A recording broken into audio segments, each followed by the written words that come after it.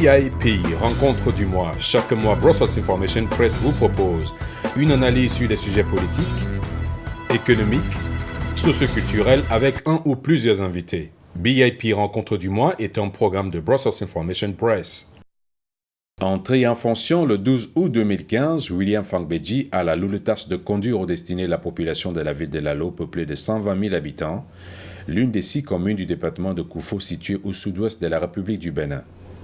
Après avoir participé à la conférence de Paris sur le climat, la COP21 à Bourget, près de Paris, il était de passage à Bruxelles où, ensemble avec son père de la commune de Diakotomé, Séraphin Dehou, il rencontrait le deuxième échevin de la commune de Saint-Josse pour d'éventuels partenariats.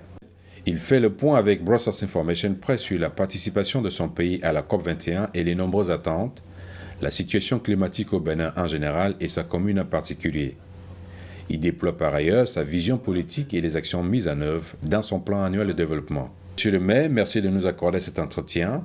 Vous avez pris part à la conférence de Paris sur le climat, une conférence qui a réuni 195 pays du monde entier pour débattre et négocier un accord sur un texte final avec des engagements clairs, aussi bien sur le financement du dit accord que des mesures à appliquer pour réduire le réchauffement de la planète d'ici 2030. Quelle est l'importance pour vous d'avoir pris part à cette conférence? Oui, l'importance est capitale pour moi parce que quand nous voyons ce que le climat engendre et les conséquences qui sont les souffrances d'une population, je vois que cette conférence va permettre, serait un ouf de soulagement dans les années à venir pour nos populations, surtout l'Afrique, qui subit assez. C'est aussi un grand carrefour qui a permis à chacun des pays et les chefs d'État, et le Bénin en particulier, de savoir comment tirer son épingle du jeu pour que le Bénin ne subisse pas les picards dans les années à venir. Ça a été pour moi une occasion d'échanger avec certains maires aussi pour savoir les dispositions qu'ils sont en train de prendre pour éviter le pire. Merci. Justement, il y a eu plusieurs réunions qui concernent aussi le secteur de l'entreprise, que les collectivités locales, dont les maires. Il y avait une réunion qui réunissait 1000 maires environ, à laquelle vous avez pris part. Vous-même, vous représentez, vous êtes le représentant de la commune de Lalo. Qui regorge plus de 90 000 habitants. Oui, 120 000 habitants. Voilà, 120 000 habitants, merci. Quels sont les différents changements climatiques auxquels vous êtes confrontés dans cette commune et qui ont un effet qui affectent le secteur agricole, le secteur de la vie économique, du monde rural ou l'environnement tout court, aussi bien dans votre commune qu'au Bénin? Oui, effectivement, quand vous allez dans ma commune présentement, le changement climatique a un effet vraiment très néfaste sur l'agriculture. Vous verrez, d'abord, il y a l'érosion, il y a cette perturbation de pluviométrie qui joue beaucoup sur la production agricole. Parce que dans le temps, nos parents avaient l'habitude de savoir les séquences. Quand il faut apprêter les terres pour pouvoir répondre aux saisons, aux cultures saisonnières.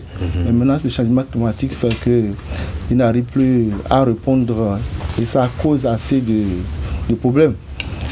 C'est ce que nous subissons. Et cette rencontre de la COP21 a dit ça va nous permettre de prendre les mesures adéquates afin que nos populations ne subissent plus ces effets des changements climatiques, même aussi la déforestation aussi. Parce que, comment on l'appelle, à force d'être déjoué par ces conditions, c'est-à-dire ces changements climatiques, ça perturbe les activités économiques, ça perturbe aussi les productions agricoles, ça perturbe, c'est-à-dire toutes les vies, même si les vies animales sont aussi perturbées par ces conditions climatiques. Mais pour l'appel, cette rencontre nous a permis de sceller une fois pour toutes ces bonnes conditions pour que la population puisse vraiment s'en sortir. Quand vous parlez de déforestation, ça veut dire qu'il y a des sociétés qui exploitent le bois de manière accrue et que vous dénoncez par exemple. Par exemple, quand vous voyez quand on parle de déforestation, parce que nos pauvres populations ne connaissent pas l'utilisation des gaz domestiques, et pour eux, c'est abattre les arbres, produire du charbon. C'est qu'on appelle, c'est que quand plus vous produisez, vous abattez qu'on appelle les arbres, vous laissez, c'est-à-dire le champ libre, c'est-à-dire à ces conditions néfastes de tomber après ce qu'on appelle sur le vécu quotidien. Donc, c'est dans ce qu'on appelle cette rencontre de la COP21 nous a permis de prendre les mesures pour pouvoir peut-être subventionner ces bonnes dames dans l'utilisation des gaz domestiques pour arrêter la déforestation. Par exemple, c'est un exemple. Oui, j'aimerais insister là-dessus, la déforestation aussi, la famille, le paysan qui va couper du bois pour se nourrir, mais ça a une échelle artisanale. Oui. La vraie déforestation qui peut causer des vrais problèmes, c'est celle où il y a une exploitation drastique du bois, de la forêt. Est-ce que, par exemple, dans ce sens, vous dénoncez par exemple une exploitation, je dirais pas illégale, mais exagérée du bois C'est vraiment exagéré, et puis comment on appelle les mesures appropriées que nous essayons de prendre maintenant, c'est-à-dire penser au reboisement. Si l'État béninois ne prend pas ces mesures, c'est-à-dire on se demande ce qu'on pourra réserver à nos enfants, à la génération future. Parce qu'on l'appelle, on risque de vivre dans un monde sans arbres. Puis qu'on l'appelle, j'espère qu'on l'appelle ce passage du chef de l'État béninois à la COP 21, c'est-à-dire à son retour au pays, il pourra instruire ses services compétents pour qu'on puisse arrêter l'hémorragie, c'est-à-dire le plus tôt possible. Oui, vous avez aussi mentionné la pluviométrie. En fin de compte, j'aimerais savoir, dans votre déplacement vers cette conférence, est-ce que vous avez des projets concrets que vous allez présenter dans le cadre de cette conférence qui concernent la commune pour aider à faire face à ces problèmes? Il y a la pluviométrie, il y a l'abattage du bois. Donc, est-ce que vous avez des projets concrets pour dire, voilà, demain, voilà ce que nous devons faire, voilà ce que nous avons comme besoin, que vous pouvez nous exposer ici? Oui, comme vous le savez très bien, ma commune est purement agricole. Et sans la pluie, on ne peut pas avoir de bonnes récoltes. Moi, présentement, les perspectives pour pouvoir en arriver, d'abord, c'est de penser comment subventionner, c'est-à-dire ces bonnes dames qui ont l'habitude de couper nos bois.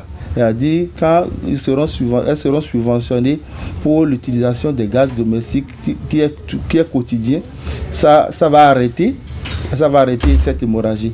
Et secondo, comment faire pour lancer une pépinière? Cette pépinière permettra de reboiser plus. Ça serait pour moi, comme on l'appelle, un grand ouf quand je pourrais avoir ces partenaires qui pourront m'accompagner pour surtout le reboisement et la subvention des gaz domestiques pour empêcher ces bonnes dames de continuer toujours à abattre nos arbres pour le charbon. Est-ce que vous pensez que dans le cadre de cette conférence, vous avez été écouté, vous avez été suivi? Est-ce que quels sont les résultats que vous avez pu engranger dans le cadre? Oui, pour le moment, qu'on l'appelle, on escompte beaucoup parce que qu'on l'appelle, on a eu à échanger, à avoir des correspondances. Je pense que c'est une bonne. On a fait déjà des semences qui sont ces contacts que nous avons. Il suffirait de les arroser et voir ce que ça pourra donner. Ça a été même l'objet de mon déplacement sur Bruxelles. Je suis maintenant à la recherche de ces partenaires qui vont m'accompagner pour pouvoir atteindre vraiment c'est-à-dire ces objectifs que je suis en train de viser pour pouvoir combler l'entente de ma chère population. Y a-t-il un lien entre la lutte contre le réchauffement climatique et la lutte contre la pauvreté? Oui, il y a un lien. Il y a un lien. Par exemple, tout à l'heure, quand je vais faire ce rapprochement-là, par exemple, je disais chez moi que je demande aux partenaires de m'aider à subventionner l'utilisation des gaz quotidiennes chez la bonne dame, la femme. Ces femmes, par exemple, qui allaient souffrir dans les forêts, chercher les fagots de bois, maintenant qu'on l'appelle, quand il y aura qu'on appelle cette opportunité de subvention, ça comblera aux attentes. Donc, on l'appelle, il y a vraiment un lien. Quand on parle comment on l'appelle, de réchauffement climatique. Ça pourra vraiment boucher beaucoup de trous. On l'appelle comment accompagner et tant soit peu de population pour lutter contre la pauvreté. Tout à fait. Merci. En attendant le texte d'accord final, demain vendredi, quels sont selon vous les objectifs climatiques assez fixés, les objectifs de réduire le réchauffement de la planète? Ok, ce que je vais demander, c'est surtout le continent le plus touché dans cette affaire du changement climatique, c'est l'Afrique. Bien entendu. Parce que, comme on l'appelle, notre écosystème est complètement détruit. Je vais demander à ces dirigeants des pays développés de vraiment penser à ces continents, surtout l'Afrique, que ça ne soit pas, comment on l'appelle, une parole dans le désert, que ça se concrétise. J'ai demandé à ces dirigeants de penser pour que les vrais accords qui ont été retenus dans ces conférences puissent vraiment devenir réalité pour sauver l'humanité. Merci. Oui, tout à fait. En allant dans le même sens, il faut que le texte d'accord global, l'accord final, soit fort pour lui donner même une crédibilité. Selon vous, quelle sera la force juridique de cet accord qui doit pouvoir contraindre certains États, les gros pollueurs, on parle des États-Unis, on parle de la Chine, par exemple, à réduire au maximum. Donc, pour vous, quelle sera la force juridique de cet accord? La forme juridique, c'est... Vous savez comment on l'appelle? Quand on dit quelqu'un est fort, c'est-à-dire il est fort sur tous les plans. Donc, en ce moment, ils sont, c'est ce qu'on l'appelle, c'est-à-dire ils sont là pour jouer et danser à la fois. Donc, c'est de savoir que s'ils ne tiennent pas compte vraiment de ce qu'ils ont arrêté aujourd'hui, s'ils vont quelque part établir des ordres et après, qu'on l'appelle détruire eux-mêmes, c'est dans leur camp. Je vais demander à ces grandes puissances qu'ils se fassent cette pression pour pouvoir respecter les accords établis. Je pense aussi l'un des points importants de cet accord doit être de fixer en termes de chiffres. Par exemple, on a parlé le taux de CO2 doit être un minimum de 1,5, de 2. Oui, vous savez qu'on l'appelle, vous et moi, vous savez qu'on l'appelle, nous ne pouvons pas, là où on est maintenant, mesurer l'émission de CO2. Comme je l'ai souligné tout à l'heure, c'est eux qui sont en train de taper, ils sont en train de danser, ils savent comment réduire effectivement. On est là pour observer si vraiment cette dernière conférence si vraiment qu'on l'appelle, ils attachent vraiment du prix. Dans les années à venir, on va remarquer, puis on est là pour voir, on va remarquer, on verra s'ils vont vraiment respecter, c'est-à-dire les plans établis pour que l'humanité puisse vraiment s'en sortir, en profiter. Mais oui, l'autre challenge aussi pour l'Afrique, c'est de dire, bon voilà, on est dans cette dynamique d'énergie verte, il faut passer de l'énergie fossile, donc l'utilisation du charbon aux énergies renouvelables, comme les panneaux photovoltaïques ou alors l'énergie hydroélectrique. Est-ce que le Bénin, entre autres, adopte ces politiques?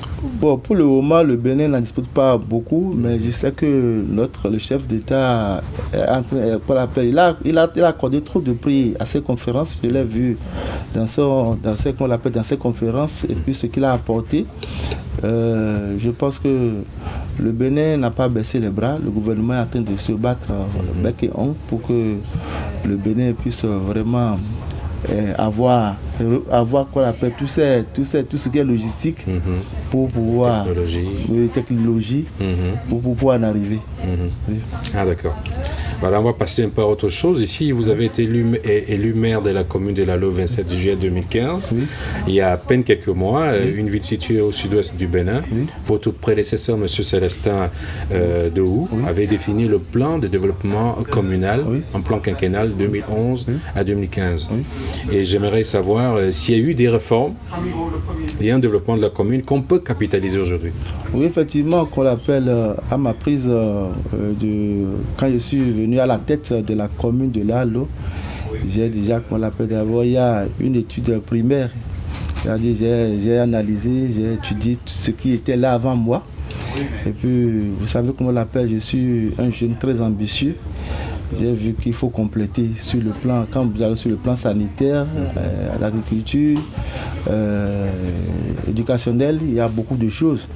Vous savez qu'on l'appelle, avec tous ces compléments, j'ai retravaillé ce plan annuel de développement. Et quand on parle de développement à la base, on ne peut jamais atteindre cette vision sans un plan que nous appelons communément plan annuel de développement.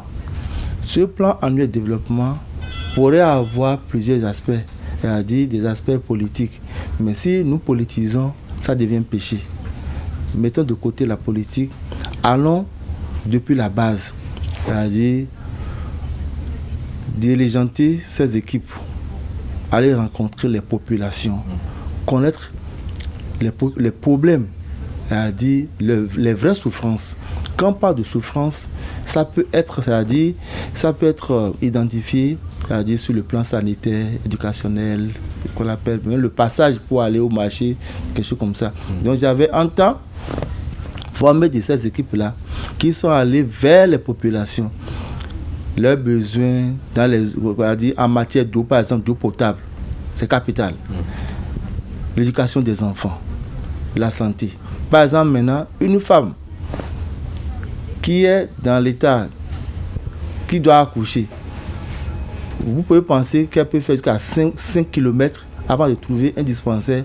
C'est-à-dire, quand vous envoyez ce genre de commission, ça permet de savoir équilibrer, c'est-à-dire les vrais besoins. Par exemple, maintenant, vous disposez déjà d'une école. Il vous manque un dispensaire. Mais par exemple, quand vous faites ce plan annuel de développement à la volée, c'est-à-dire depuis l'euro, sans aller à la base, vous passez à côté.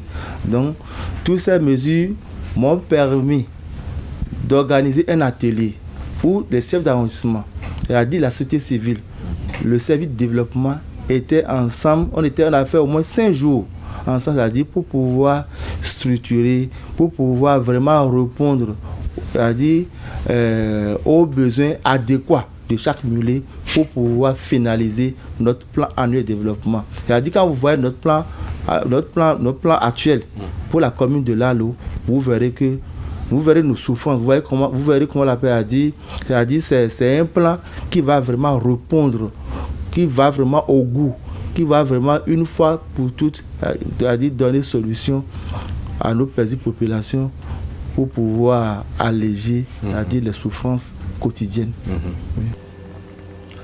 Monsieur le maire, nous savons que la corruption gangrène la vie au Bénin. Wilfried Raoul Hervé Adoum et François Aoudou ont publié en 2008 un ouvrage intitulé Bénin, une démocratie prisonnière de la corruption.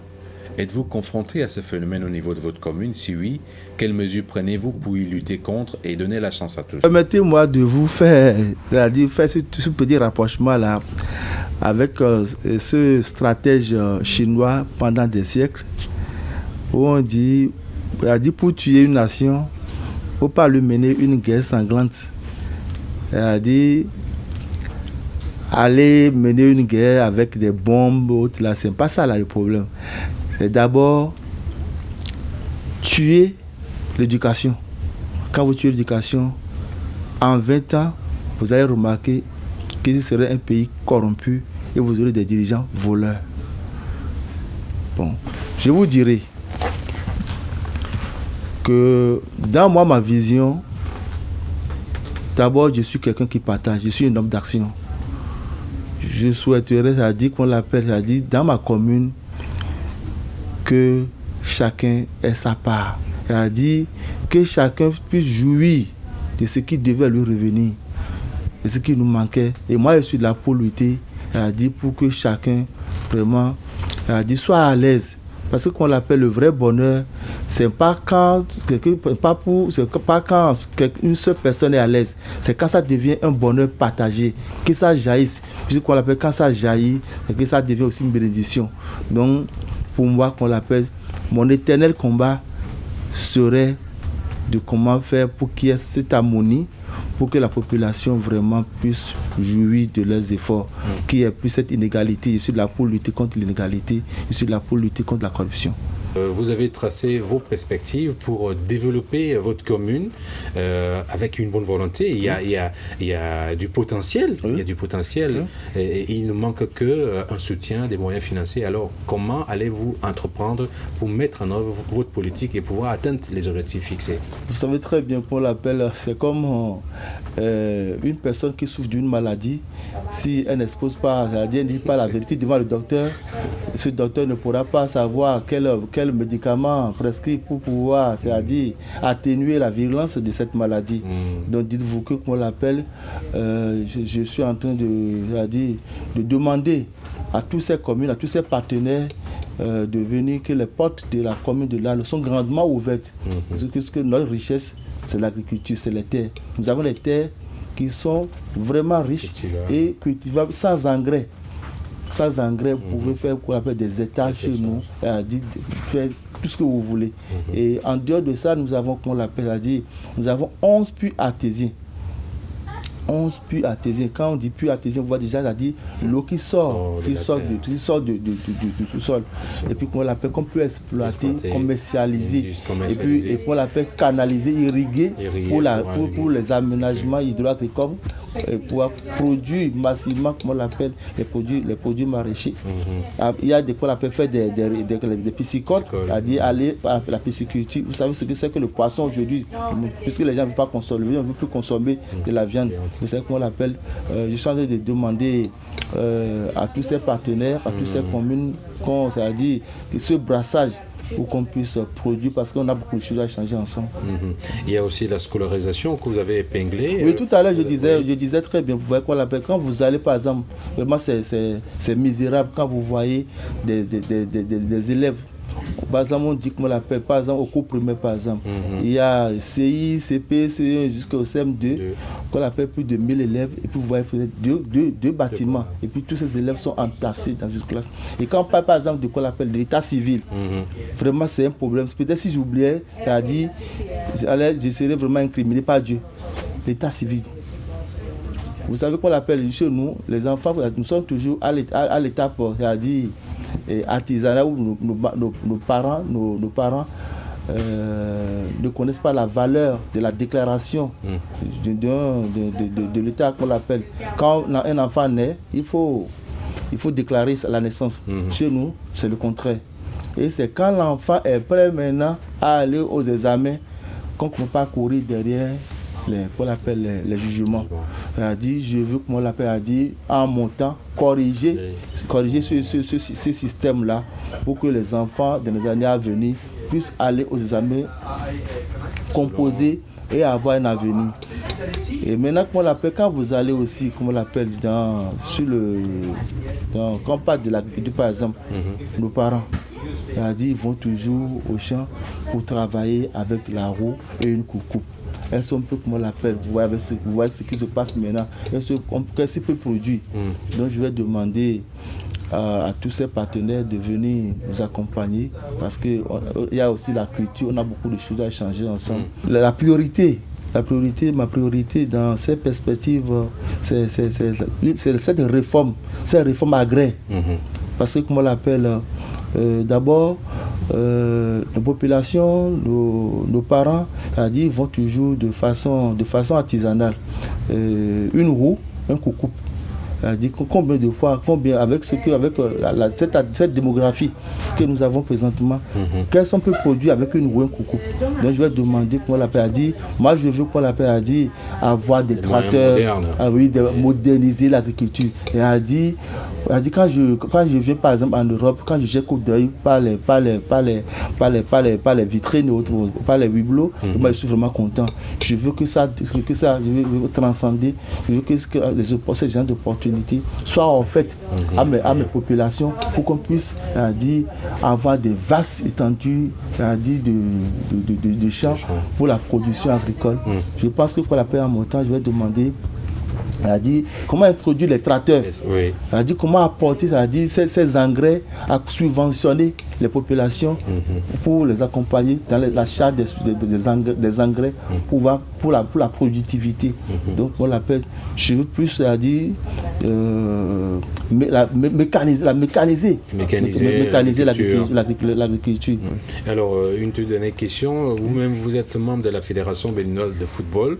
Et comment se porte votre fédération aujourd'hui? Oui, la Fédération béninoise de football, une fédération que j'aime tant parce que je vois qu'il y a assez de génies qui peuvent vraiment ensemble faire du Bénin une grande nation de football. Mais dites-vous que notre fédération actuellement, elle est souffrante. Elle a du plomb dans les ailes.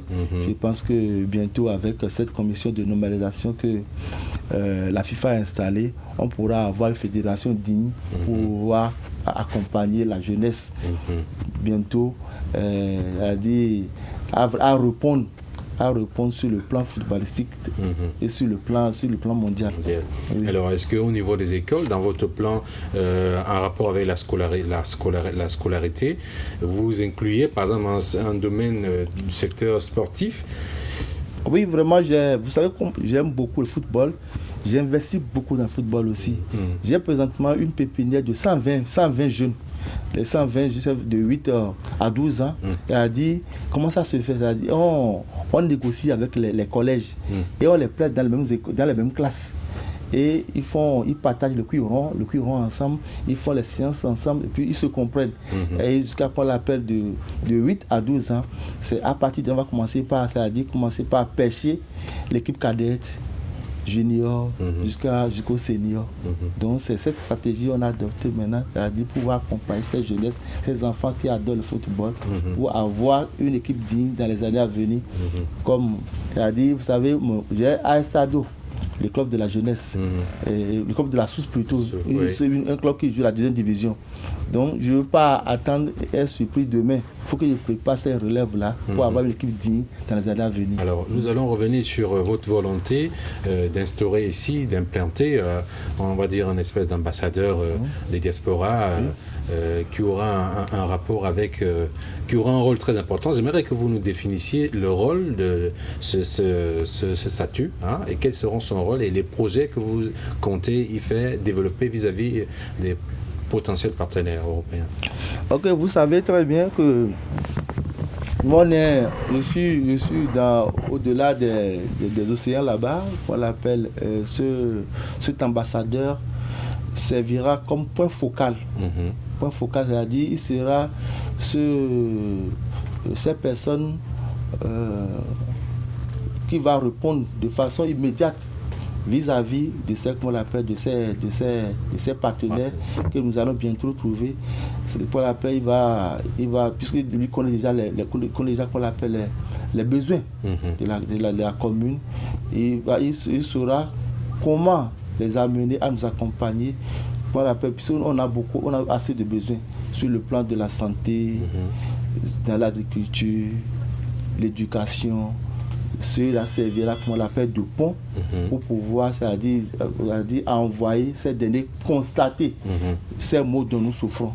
Donc, pour l'appel, ce seraient les tâches que nous allons confier bientôt à cet ambassadeur qui va couvrir, c'est-à-dire cette diaspora, qui ira aussi dans tout ce dans toutes ces agglomérations du Benelux pour pouvoir nous accompagner. En tout cas, j'ai confiance en lui. Il sait qu'il servira vraiment de pont pour pouvoir alléger la souffrance de nos populations bientôt. Il y a une forte diaspora béninoise ici aussi qui est implantée ici, je pense, qui investissent au pays. Est-ce que vous n'avez pas aussi pensé à cette diaspora? Est-ce qu'elle est active? Est-ce qu'elle est dynamique comme je pense d'autres pays, le Togo? Je ne sais pas. Oui, je compte beaucoup sur cet ambassadeur de monsieur Panou Mathieu. Et c'est comment on l'appelle, c'est quelqu'un qui a vraiment de la matière. Même si cette diaspora n'est pas active, mais je ne compte pas. C'est une diaspora qui est active. Il va être en soit peu maintenant pour l'appeler à dire réactiver pour qu'on puisse vraiment bénéficier de leurs efforts. Oui. Et apport. Merci beaucoup. Merci beaucoup, monsieur le journaliste. Oui. You'd have to leave here. Angela Shaw.